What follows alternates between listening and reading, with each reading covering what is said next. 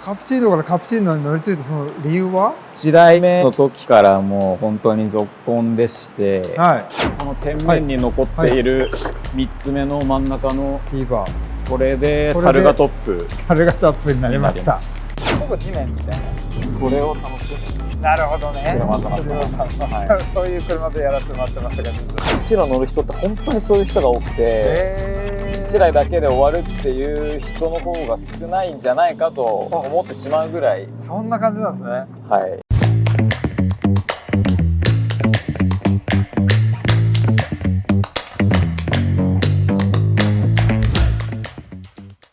ボーイズ&ウィルス TV ご案内役の司です。ゲストはこちらの方、名前は太郎です。年齢は27です。お住まいは神奈川県横浜市です。そしてお仕事は自動車の開発のプロジェクトマネージャーになります。面白そうなお仕事されてます。太郎さん、そしてこちら車は何でしょうか？スズキのカプチーノになります。年式は92年です。はい、今日は92年式のスズキカプチーノと太郎さんでお届けします。楽しみに。太郎さん、愛車遍歴教えてください。1台目はまた別のカプチーノ乗ってました。これが2台目になります。カプチーノと2台カプチーノに乗り継いでいます。じゃあこれが2台目のカプチーノの所有ということですね。2台目になります。なんと愛車遍歴2台ともカプチーノでございます。いつどこでどうやって買いましたか？1台目のカプチーノの時からの友人がいまして、その友人からお店を紹介いただいて、そこで購入しました。なるほど。カプチーノからカプチーノに乗り継いだその理由は？1台目の時からもう本当に続婚でして、まず1個目はロングノーズショートデッキのスタイリングの中に縦置きの K の最強のエンジンが乗っていて、FR レイアウトであること。なるほど。4通りのスタイルが楽しめるルーフ。これ4通り変わる。はい。いろんな要素が詰まったそんな車ですね。楽しみです。深掘りしていきましょう。太郎さん、じゃあこの屋根のフォーメーションが4つあるということで、見せていただけますか？はい。はい。1つ目がこの閉じている状態。まずはこのクローズドの状態。この状態になります。まずこの天面のところが3分割になっています。はい。おお、外れた。で、こっちも。これが2つ目。2つ目の T バールーフ。T バールーフの状態になります。はい。そしてこの天面に残っている3つ目の真ん中の T バー部分を外した状態。これでタルガトップになりました。すごいいいな。で最後4つ目が楽しみだな。この B ピラーの部分がリアウィンドウと重なりながらここまで落ちます。ノーマルから T バールーフの状態になり、タルガになり、ここ入れてオープン。はい、フルオープンという状態になります。という4種類でした。すごいレーシングカーっぽいというかゴーカートっぽいというか、地面が近いからすごいリアルな乗り物ですね、これね。はい。他の車に乗ってるイメージとかあんまないんですか？ないです。ない正直。それ以外だとやっぱりこれしか FR はないんですよね。MR はあっても FR はちょっとないですね。これしかない。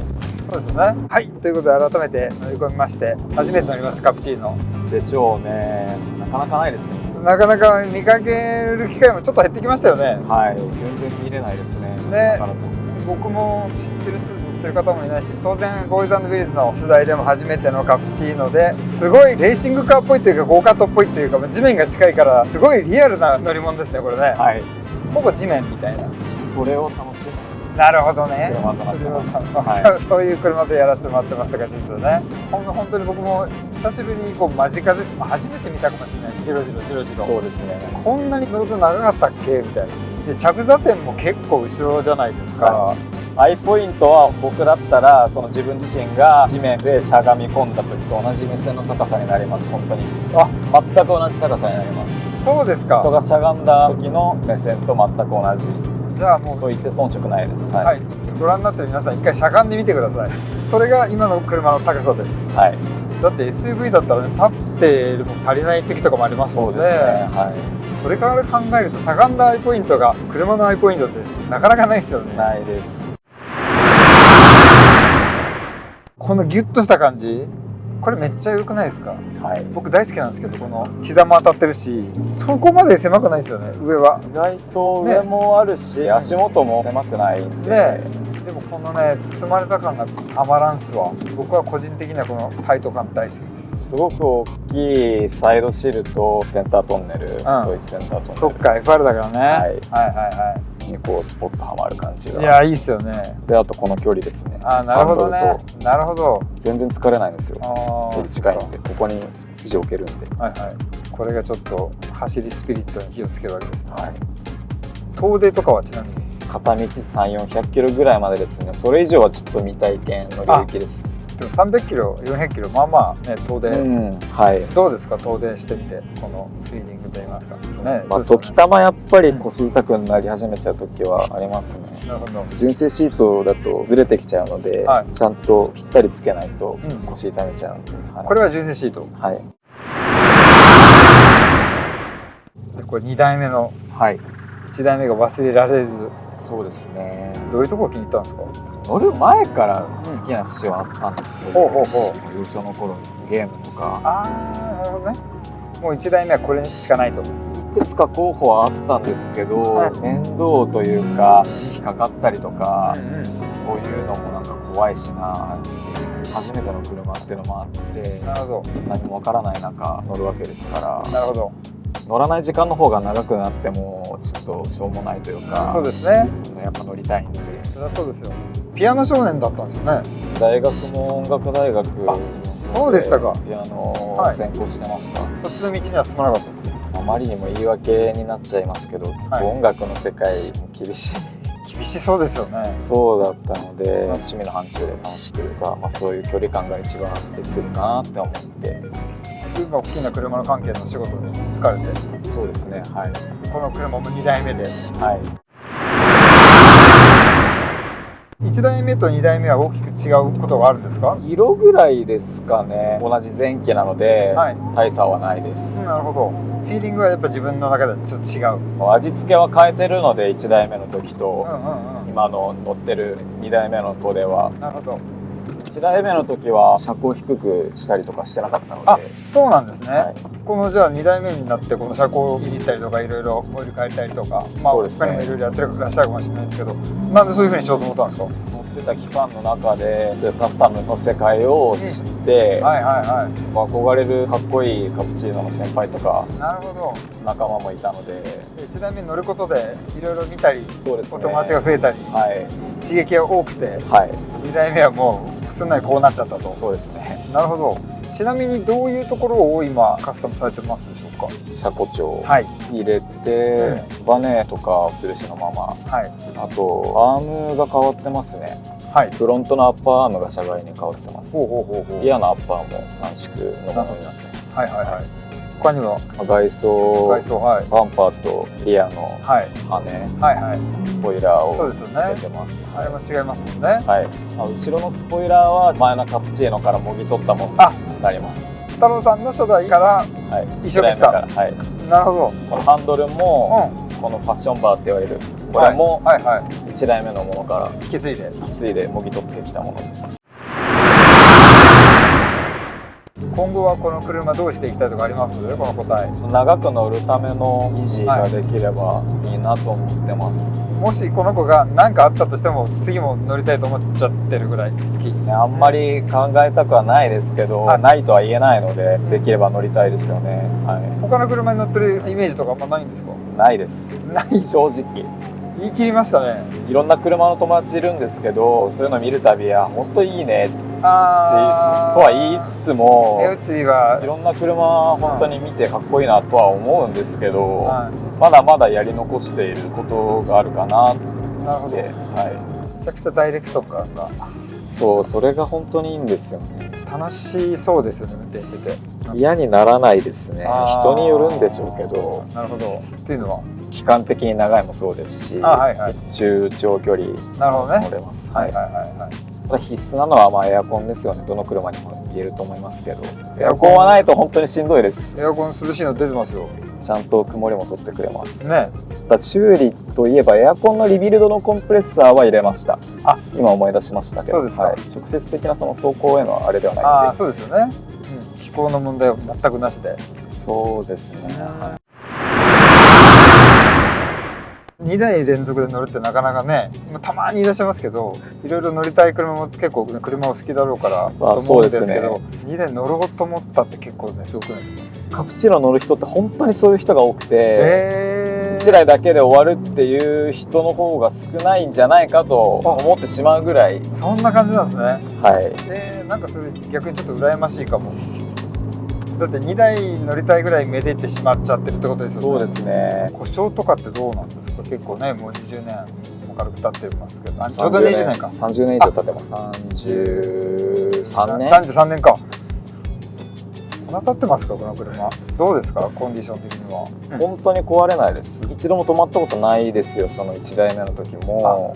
そうですか。この個体はちょっとオーバーヒートしちゃって、すぐ止めてローダー呼んで運んでもらいましたけど、その時もオーバーヒートもサーモとラジエーターキャップだけ変えて、事なきを得てなんともないんで。なるほどね。全然本当にありがたいです。いいです、優秀。本当にいい子なんですよね。なるほど。見た目もいい子だけど、見た目本当にいい子だし、本当に脂の乗った時代に作られた車です。そうですよね。今日ジャケットパンツセットアップでいらっしゃったじゃないですか。はい、結構ギャップがあるといえばギャップが、ジャケパンは想像してなかったかも。本当ですか？別にだるぎで乗った方がいいとは思わないし思わなくもないし、でもジャケパンは意外だったと言いたいかも。でもいい意味で期待を裏切られたって感じで、みんな悪いような反応じゃないんで、いつもこういうような格好してますけど。そうなんですね。なんかでも新鮮でした。ですか？正解というのはないけども、まさかのジャケパンやったなっていう話です。この車ってそのオーナーのファッションしかり、その車自体のいじり方しかり、あんまりそんな定番っていうものがないので。なるほどね。そこを開拓する楽しみっていうのがあります。じゃあ結構ね、お友達お知り合いも多いですけど、皆さん雰囲気が違う方が多い。全然どれとっても使わない。そうなんですか。似たようなのはいないです。なるほど。それは面白いですね。それでカスタムもしっかり。なるほど。ということで、今度見かけたら注意深く僕も車のカスタムとオーナーさん見ることにします。そうですね。千差万別ということで。今日カメラ持ってらっしゃったじゃないですか。結構昔のカメラに見えたんですけど、あれって昔のカメラ？実家に眠ってたというか、子供の時使ってたカメラですね。そのカメラなんですけど、こちらなんですけど、ちょっとマイク置きます。でもそんな大それたものじゃないですよ。それが良くないですか？懐かしくないですか、この感じ。ね、今これに変わるのが多分これじゃないですか。そうですね。わざわざこれで撮って、これで撮ってどうしたんでしたっけ？携帯にそのまま取り込んで、ライトルームで軽くレタッチして遊ぶぐらい。正直あんまりカメラ触るとかしたことないんで、これも引っ張り出してきたら最近なんで。そうなんですか。いやでもね、これで撮った写真ちょっと見せていただいたんですけど、やっぱ味わいがありますよね。そうですね。今のスマホでは撮れない風合いがあるというか、こういう趣味もちょっと平成っぽいですね。平成っぽい写真が撮れるって言った方がいいのかな。そんな感じですよね。そうですね。でこの車も平成感バキバキじゃないですか。バチバチというか。平成のその初期中期ぐらいの雰囲気ってお好きなんですか？好きですよ。最近取材する20代の方、平成初期、平成中期ぐらいが好きな方が結構多いんですよ。そうですね。やっぱり若い人からしたらそういうものが逆に目新しく映ったりとか、ノスタルジックだってことですよね。そうなんですね。僕からしたら最近のことなんだけど、やっぱり今の20代からしたら、ね、生まれる前というか生まれた頃というか、僕スポーティーな車好きだし、車高の低い車好きだし、クーペ大好きだし、オープンカーも好きなんですよ。でもカプチーノって選択全然頭になかったんですよ。でもちょっといいなと思ってて、さっきもちょっとカーセンサーとか見ちゃったんですけど、なんかこれ楽しそうじゃないですか。純粋に楽しいです。めちゃくちゃ。だってこの車格でもって縦置きのエンジンがすぐそこにあって、フロントミッドシップであって、こんなロングノーズで FR でしょ。あんまりちょっと思いつかないっていうか、軽で FR っていうのは軽タハムのスズキのエンジンを積んだ軽規格の枠に収まってるものはあるんですけど、軽って言っていいものなのか分かんない。いや、あれは一応軽、あれは別枠だと思っていて、別枠にしましょう。それ以外だとやっぱりこれしか FR はないですよね。もう MR はあっても FR はちょっとないですね。これしかない。そうですよね。そう考えた時にエンジンの出力とかはそんなにグリグリじゃないかもしれないんですけど、この車格をこの飛行で、このエンジンで持って遊ぶのって結構面白そうですよね。面白いです。するしノーマルでも速いです。ですよね。ノーマルのままでも結構楽しめるだろうし、さっきおっしゃったカスタム人それぞれっておっしゃったけど、そのそれぞれのどこに行っても多分楽しみがちゃんとそこに終着地点に待ってる。そして終着地点もあるのかどうかわからないと追求していけばどんどんいろんなね、セッティング見えてくるかもしれないし、いくらでもやれるっていうか。そうですね。だからその仲間がこうしててちょっと見せてもらって、いやこれ意外といいなみたいなこともあるんじゃないですか。気づきというか。そうですね。すごいエンジン何回転までついてるんですかこれ。タコは1万2000まで掘ってありますけど。やば。どれぐらいまで回します？レブがいくつなんだっけな。でも9000付近まで回ります。あ、そうですか。そういう走り方をどっか山とかすることはあるんですか？高速道路乗ったりとか。たまにありますね。どうですかそのあたりのその峠とかワインディングとかのフィーリングってどうですか？一番発揮しますね。あ、そうですか。そういうステージで気持ちよく操っていくのがこの車の味が出るかな。セッティングもやっぱそこに照準合わせてる。もう見た目全振りで車高を下げているのがあるので。なるほど。走りとかそういうのを言わせちゃうとあんまり、どうなんだろうって感じなんで。走りに全振りするならもうちょっと違う見た目になったかもしれない。そうですね。なるほど。ただ僕はこれで全然楽しめています。これでもいけちゃうと。全然踏めますこれで、このセッティングで。楽しそうだな。コーナリングの粘りとかもいい感じなんですか？どこまでもニュートラルですね。ただ回るときは一瞬で回っちゃいますね。やっぱり腕が良くないと。あ、なるほどね。それも軽いからかな。そうですね。あとホイールベースがもう極端に短い。あ、そうですよね。ゴーカットみたいなもんですもんね。足回りの設計もダブルウィッシュボーン46なので結構調子いいですね。だからノーマルの話をしますと、そのままでも結構一丁前な仕様になってる車ってことですよね。なってます。それなりの走りができる。ただちょっとこっちが必要かなと。はい、そうです。前後でディスクブレーキだし、前はちゃんとベンチレーテッドでこう2枚になってるし。そうなんですか。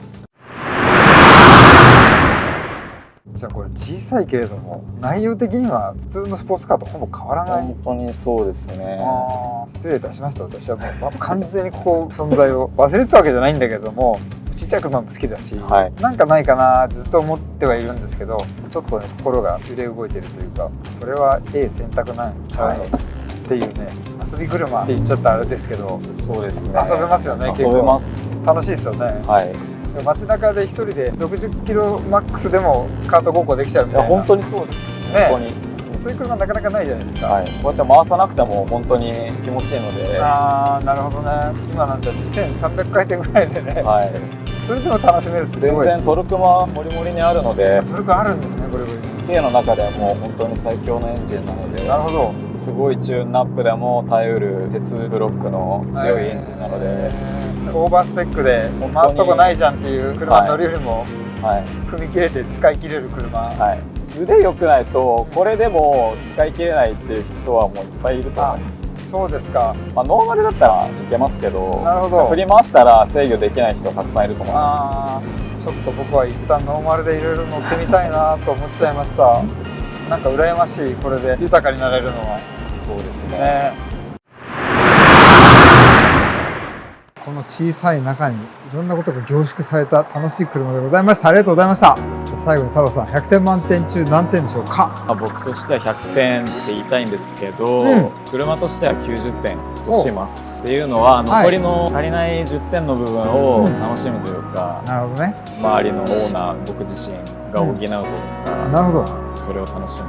なるほど。足りない部分は自分の感性とかで持って100点に持っていくと。はい。なるほど。素晴らしい。そして乗り続けますか？乗り続けます。ひょっとしたら3代目、4代目と乗り継ぐ可能性も。可能性はあります。ありますよね。ひとまずはこの個体でいけるとこまでいきます。はい。ということでございました。今回は太郎さんと鈴木カプチーノでお届けしました。あ、ちょっと待って皆さん。よかったらステッカー。ありがとうございます。はい、ということで今回のボーイズ&ウィルズ TV は鈴木カプチーノと太郎さんでお届けしました。また見てね。バイバイ。